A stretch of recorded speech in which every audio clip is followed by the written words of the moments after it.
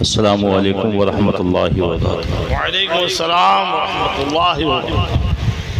نحمدہ ونصلی علی رسولہ الکریم،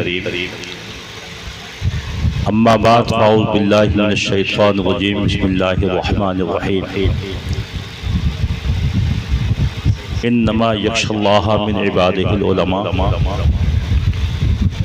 صدق اللہ مولانا العظیم وبلغنا رسولہ النبی الامین الکریم، ونحن علی ذلک لمن الشاہدین والشاکرین، والحمد للہ رب العالمین۔ تلاوت کردہ آیت کریمہ کے متعلق عرض کرنے سے بیشتر بصد خلوص و احترام بارگاہ نبی علیہ السلام میں نذرانے درود و سلام پیش فرمائیں۔ پڑھی اللہ اللہم محمد صلی اللہ علیہ وسلم ونحن عباد محمد صلی اللہ علیہ وسلم صلاۃ و سلام علیکہ یا نبی اللہ صلی اللہ علیہ وسلم یا حبیب اللہ وعلا آلک و اصحابک و اولیائک سیدی یا حبیب اللہ صلی اللہ تعالی علیہ وسلم۔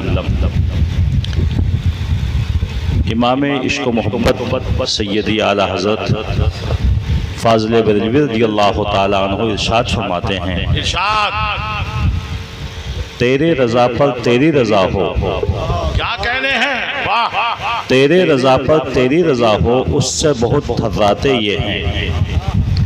حامد منی انا من الحامد، حمد سے حمد کماتے یہ ہیں۔ اللہ میرا امجد مست کا پکا، اللہ اس سے بہت کچیاتے یہ ہیں۔ اور میرے نعیم الدین کو نعمت، میرے نعیم الدین کو نعمت، اس سے بلا میں سماتے یہ ہیں۔ سبحان اللہ، میرے نعیم الدین کو نعمت، تو یہ نعیم الدین کون ہیں؟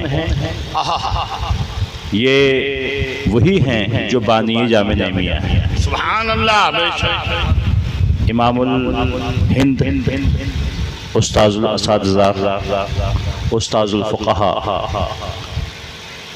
حضرت علامہ الشاہ المفتی السید محمد نعیم الدین قادری مروادی بانی جامع نعمیہ رضی اللہ تعالیٰ عنہ، جنہوں نے جامع نعمیہ کو 1909 میں قائم فرمایا۔ اللہ امام عشق و محبت سیدی اعلیٰ حضرت فاضل بریلوی رضی اللہ تعالیٰ عنہ نے 1904 میں منظر اسلام کے سنگ بنیاد رکھی، جو منظر اسلام بریلی شریف میں چل رہا ہے، اور اس وقت میں اس کے موجودہ پرنسپل آپ کے موزہ دولپوری، سبحان اللہ، مفکر اسلام حضرت علامہ مولانا محمد عاقل صاحب رضوی، کیا کہنے ہیں، دامت برکاتہم القدسیہ، بڑے اچھے انداز میں اس کو چلا رہے ہیں۔ سبحان اللہ۔ امام عشق و محبت رضی اللہ تعالیٰ عنہ کو سیدنا صلی اللہ فاضل نے 1909 میں دعوت دی، اور 1909 میں جامع نعمیہ کی بنیاد بدست امام عشق و محبت سیدی اعلیٰ حضرت فاضل بریلوی رضی اللہ تعالیٰ عنہ کے ہاتھ سے رکھی گئی۔ سبحان اور اللہ، آج بھی جامع نعمیہ کے اندر امام جامع نعمیہ کے لیے ایک خاص کمال یہ ہے کہ جامع نعمیہ کے تعاون کے لیے، اس کی امداد کے لیے امام عشق و محبت سیدی اعلیٰ حضرت فاضل بریلوی رضی اللہ تعالیٰ عنہ نے خود اپیل فرمائی ہے، اور یہ تحریر جامع نعمیہ میں امام عشق و محبت رضی اللہ تعالیٰ عنہ کی موجود ہے۔ اللہ اکبر۔ 1948 میں سیدنا صلی اللہ فاضل فخر معصم رضی اللہ تعالیٰ عنہ کا وصال ہوا۔ 1952 میں موجودہ مفتی اعظم رواد حضرت علامہ مفتی محمد ایوب خان صاحب، شیخ الحدیث و صدر مفتی جامع نعمیہ، 1952 میں انہوں نے داخلہ لیا جامع نعمیہ میں۔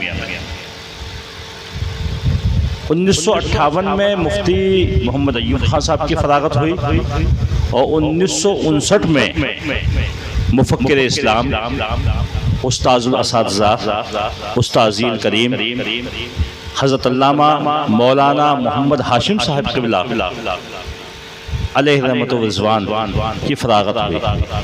میں نے رجسٹر خود دیکھے ہیں، تقریباً 13 سال میں نے ان رجسٹروں کو دیکھا اور ان داخلوں کو میں نے دیکھا۔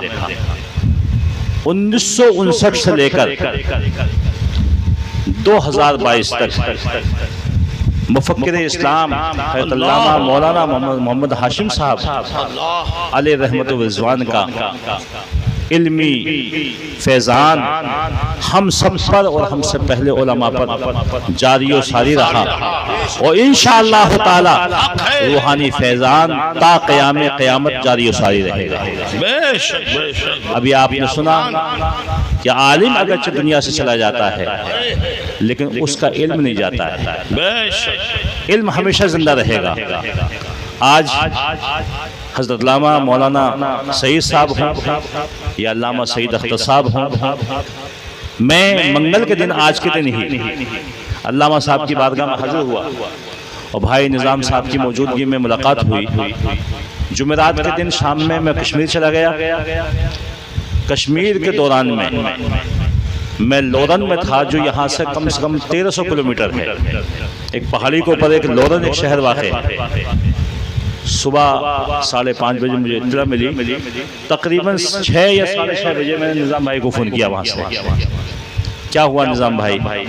اور ناظر پٹھان آپ کے پاس میں بیٹھے ہوئے تھے، بات چیت ہوئی میری، بہت افسوس ہوا۔ علامہ صاحب قبلہ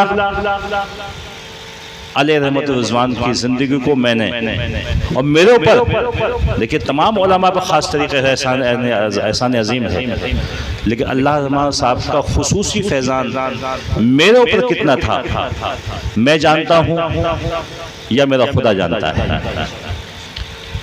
1988 میں میری فراغت ہوئی۔ 1988 میں 89 کو شروع میں علامہ صاحب نے مجھ کو راجستھان بھیج دیا پڑھانے کے لیے، ہنومان گڑھ ضلع گنگا نگر میں۔ 1 سال میں وہاں رہا، علامہ صاحب کے مشورے سے پڑھاتا رہا۔ اس کے بعد میری شادی ہوئی۔ علامہ صاحب نے خود مجھے حکم فرمایا کہ اب شادی ہونے کے بعد اتنا لمبا مت جاؤ، میں تمہارا انتظام سنبھل میں کیے دیتا ہوں۔ 2 سال علامہ صاحب نے مجھے حکم فرمایا، میں سنبھل چلا گیا۔ 2 سال رائے ستی میں نے پڑھایا علامہ صاحب کے حکم پر۔ اس کے بعد علامہ صاحب کا یہ کرم خاص ہوا اور مفتی ممتاز صاحب قبلہ علیہ رحمت و رضوان جو تمڑیا کے رہنے والے تھے، وہ بھی استاد ہیں ہمارے، اور مفکر اسلام مدبر قوم ملت حضرت علامہ مولانا محمد یامین صاحب قبلہ، جن کا انتقال ابھی 1 سال پہلے ہوا ہے، علیہ رحمت و رضوان جو سنبھل کے رہنے والے تھے، جو محتمم تھے جامعہ نعیمیہ کے۔ ان تینوں نے ایسا کرم فرمایا، دیگر حضرات نے بھی کرم فرمایا، میرے خصوصی استاد ہیں، انہوں نے کرم فرمایا کہ 17 مئی بروز پیر 1992 میں جامعہ نعیمیہ میں پڑھانے کے لیے آ گیا، اور آج تک علامہ صاحب کی اس فیضان علم ہی کی سرپرستی میں 1992 17 مئی سے میں آج تک جامعہ نعیمیہ میں جارو کشو کر رہا ہوں، اور در صدر فاضل سے فیض پا رہا ہوں، اور اپنے استادوں کی دعاؤں کے صدقہ و طفیل میں پڑھا رہا ہوں۔ لیکن مسلمانوں، انسان کی قدر رخصت ہونے کے بعد معلوم ہوتی ہے۔ جس وقت کہ میں کشمیر میں تھا، کشمیر میں یہ اطلاعیں سوشل میڈیا پر عام ہوئی، تو میں نے مولانا اسلم صاحب جامعہ انوار العلوم بہت بڑا ادارہ ہے پنچ کا، وہاں بہت بڑا اہتمام علامہ صاحب کے لیے قرآن ایصال ثواب کے لیے قرآن خوانی کی شکل میں، اور پنچ کے اکثر علماء وہ شاگرد قاری محمود صاحب ہیں علامہ صاحب کے، جو پولیس لائن میں رہتے ہیں، ان کا بہت بڑا دارالعلوم ہے، وہاں بھی میں حاضر ہوا، وہاں بھی قرآن خوانی کا اہتمام کیا گیا۔ آپ کے ایک بہت مخصوص شاگرد شاہپور پاکستان کے بالکل بورڈر پہ ہیں، اتنی دور بورڈر ہے جتنا کہ نظام بھائی کا گھر ہے، سامنے بورڈر ہے، یہاں ادارہ ہے۔ ہم لوگ مسجد کی چھت پہ بیٹھ جاتے تھے، پورے پاکستان کا آزاد کشمیر کا دیدار کرتے رہتے تھے، ہوائیں آتی رہتی تھی۔ سید فراز صاحب نے بھی بہت بڑا اہتمام کیا۔ لورن میں علامہ صاحب بھی تشریف لے گئے ایک دفعہ وہاں لورن میں مفتی غلام محمد صاحب ہیں، مفتی عبدالحمید صاحب نعیمی ہیں، انہوں نے لورن میں بہت بڑا دارالعلوم بنایا ہے ضیاء الاسلام، وہاں بھی علامہ صاحب کے لیے ایصال ثواب کی محفل منعقد کی گئی اور علامہ صاحب کی مختصر سیرت مبارکہ پر روشنی ڈالی گئی۔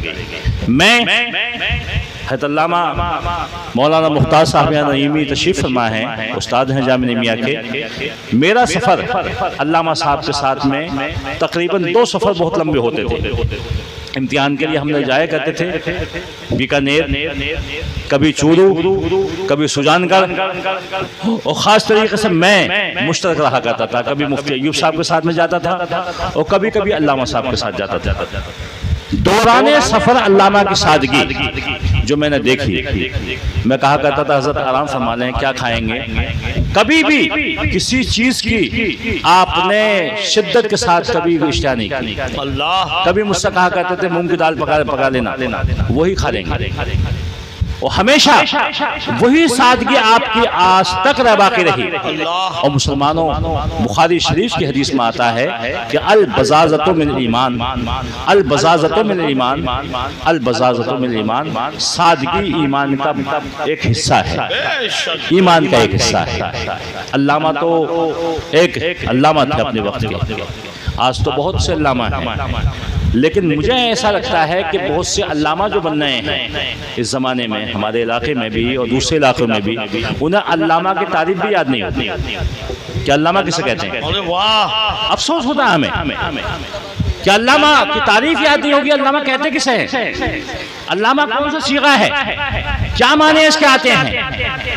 بہت سے لوگ جو اپنے آپ کو عالم کہلاتے ہیں وہ علامہ کے معنی نہیں جانتے، لیکن آج سن لیجئے، میں نے خود مشاہدہ کیا ہے، ہم نے پڑھا ہے ملا حسن کو علامہ صاحب سے، ہم نے پڑھا ہے قطبی تصدیقات کو علامہ صاحب سے، ہم نے پڑھا ہے علامہ صاحب سے قطبی تصورات کو، جس قطبی تصورات کے خطبے کو دیکھ کر بڑے بڑے عالم کو پسینے چھوٹ جاتے ہیں، بڑے بڑے عالم کو۔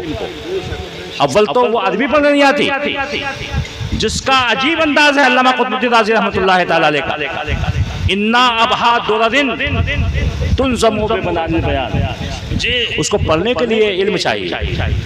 لیکن علامہ صاحب کے سامنے ہم جب کتابیں لے کے بیٹھتے تھے، مسلمانوں، اللہ نے کیا آپ کو ایک علم عطا فرمایا تھا، ایک سمندر تھا، جس سمندر کے قطرات سے چند قطرات ہم کو پہنچ رہے تھے، وہ ہم اس سے فیضیاب ہو رہے تھے۔ علامہ علم کا ایک سمندر تھا، اور ایسا سمندر کہ میں نے خود دیکھا کہ اگر کوئی بھی مسئلہ سامنے آیا تو ایسا لگتا تھا جس زبان پر پہلے سے موجود، سبحان اللہ۔ اور بڑے بڑے ناقدین، بڑے بڑے حاسدین، بڑے بڑے متعصبین، بڑے بڑے اپنے آپ کو علامہ زمین و آسمان کہلانے والے علامہ صاحب کے سامنے آئے، 2 منٹ کے بعد بالکل اس انداز میں واپس چلے گئے کہ عقل کی، عرش کی عقل دنگ ہے، چرخ میں آسمان ہے، آسمان ہے، عرش کی عقل دنگ ہے، آئے تھے عرش بن کر، وہ آج ان کی عقل چکر کھا رہی ہے، یار کیا ہے یہ۔ کئی موقع پہ میں نے دیکھا علامہ صاحب کو چٹکیوں میں مسئلہ حل کرنے کا، تو وہ دیکھا منطق کا ہو، فلسفے کا ہو۔ میں نے خود ہدایہ شریف پڑھی جب حاجی صاحب کا انتقال ہو گیا تھا، حاجی صاحب محدث عمری رحمۃ اللہ علیہ کا، تو علامہ صاحب کے پاس ہدایہ آخر ہماری آ گئی، ہدایہ آخرین نہیں، ہدایہ بلین کا جو دوسرا حصہ ہے، ہدایہ آخر فقہ کی بڑی مشہور کہلاتی ہے، کتاب کہلاتی ہے، جس کو پڑھ کر عالم فقہ کا ایک وکیل بن جاتا ہے۔ وکیل بنانے والی علم فقہ میں سب سے معتبر اور نایاب جو عالم کو ایک وکیل بنانے والی ہے، علامہ صاحب کے پاس ہم جاتے تھے، کبھی مطالعہ کرتے ہوئے نہیں دیکھا، سامنے کتاب رکھی، علامہ صاحب نے پڑھانا شروع کر دیا۔ وہ علامہ صاحب کے پڑھانے کا ایک افہام و تفہیم کا ایک عجیب انداز تھا کہ بڑے جن کو دوسری درسگاہوں میں شکایت رہتی تھی کہ استاد کیا پڑھاتے ہیں یار سمجھ میں نہیں آیا ہمارا، علامہ صاحب کا وہ انداز تھا، قسم خدا کی یہاں سب علماء بیٹھے ہیں، میں تو بہت بعد میں ہوں، مولانا اسلم صاحب میرے سینئر ہیں، علامہ سعید صاحب میرے سینئر ہیں، مولانا مختار صاحب میرے سینئر ہیں، میں تو ان کے سامنے کا ایک بچہ ہوں، بہت بات کا ہوں میں، لیکن علامہ صاحب کی افہام و تفہیم کا یہ عالم تھا کہ منٹوں کے سیکنڈوں میں ذہنوں میں ہر بات کو بڑے بڑے مشکل اور لا ینحل باتوں کو منٹوں کے سیکنڈوں میں ذہنوں میں اتار دیا کرتے، ایسا معاملہ تھا۔ آج ہمارے درمیان سے وہ رخصت ہو گئے اور چلے گئے، لیکن مسلمانوں یاد رکھیے نظام بھائی ہمارے بھائی، نظام بھائی ہمارے بھائی ہیں، ان کے بیٹے ہیں، یہ جسمانی اولاد ہے تو ہم بھی روحانی اولاد ہیں، اور جتنے شاگرد ہیں علامہ صاحب کے وہ روحانی اولاد ہیں۔ انشاءاللہ تعالی جب تک ہم زندہ رہیں گے علامہ صاحب کی یادگار مناتے رہیں گے، اور جو بھی معاملہ پیش آئے گا نظام بھائی کے ساتھ میں، اگر وہ مزار کی تعمیر کرانا چاہتے ہیں تو انشاءاللہ تعالی اس مزار کی تعمیر میں بھی حد الوسع ہم بھی کوشش کریں گے، ساتھ دیں گے انشاءاللہ۔ کشمیر نے نظام بھائی کہا ہے، بے شک علماء کشمیر، یہ کشمیر ایسا صوبہ ہے جس میں 90% علماء جامعہ نمیہ سے فارغ ہیں، جی بے شک، پورے کشمیر میں 90% جو عالم ہیں، 100 عالم اگر موجود ہیں تو 90 عالم ہمارے یہاں کے فارغ ہیں جامعہ نمیہ، بڑی بڑی پوسٹوں پہ، ڈی ایم تک ہیں، ایس ایس پی ہیں، پروفیسر ہیں، اور ایک پروفیسر تو یہاں دہلی میں جوہر یونیورسٹی، جواہر لال نہرو یونیورسٹی کوئی ہے، وہاں پروفیسر مشتاق صاحب نعیمی جو ہیں وہ علامہ صاحب کے شاگرد ہیں، بڑے شاگرد رشید ہیں۔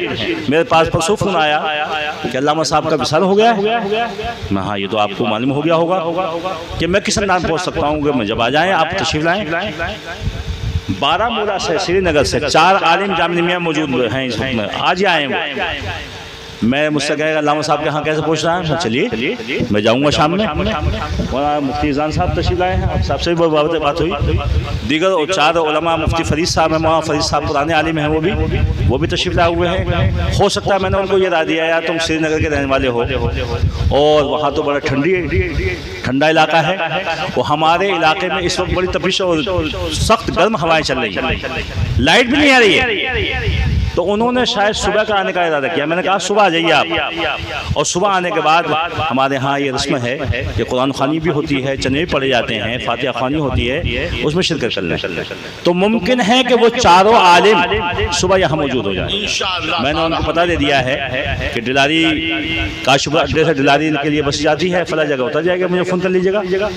علامہ صاحب کی معاملات کو میں نے خود دیکھا، ایک جگہ ایسا مسئلہ آیا چورو میں کہ حضرت مولانا اسلم صاحب ایک فلسفی تھا وہاں، بہار کا رہنے والا، میں بھی موجود تھا اس میں، اور وہ اپنے تکبر میں بالکل اندھا ہو رہا تھا۔ مدرسہ توقع العلوم ہے وہاں، جس کا میں بھی امتحان لیتا ہوں، علامہ صاحب بھی امتحان لینے کے لیے گئے تھے، لیکن ایک عالم آ گیا، علامہ کی سادگی کو دیکھ کے وہ تھوڑا سا اعتراض آتا تھا۔ میں نے کہا حضرت یہ زیادہ ڈنگ مار رہا ہے اور زیادہ ادھر ہاتھ پیر پھینک رہا ہے، بولے کوئی بات نہیں، دیکھا جائے گا۔ اتفاق سے علامہ صاحب کے سامنے پاس پہلی کتاب ہدایت الحکمت آ گئی امتحان کے لیے، ہدایت الحکمت۔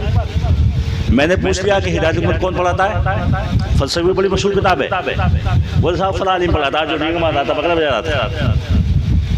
لیکن یاد رکھیے گوتڑیوں میں لال چھپے ہوئے ہوتے، گوتڑیوں میں لال۔ شیخ سعدی رحمت اللہ تعالی علیہ نے ایک کتاب پڑھائی جاتی ہے گلستان، تا مرد سخن نہ گفتہ باشد، عیب و خنش نہ ہفتہ باشد، ہر بیشہ گمامہ بلکہ خالیس، شاید کہ پلنگ خفتہ باشد۔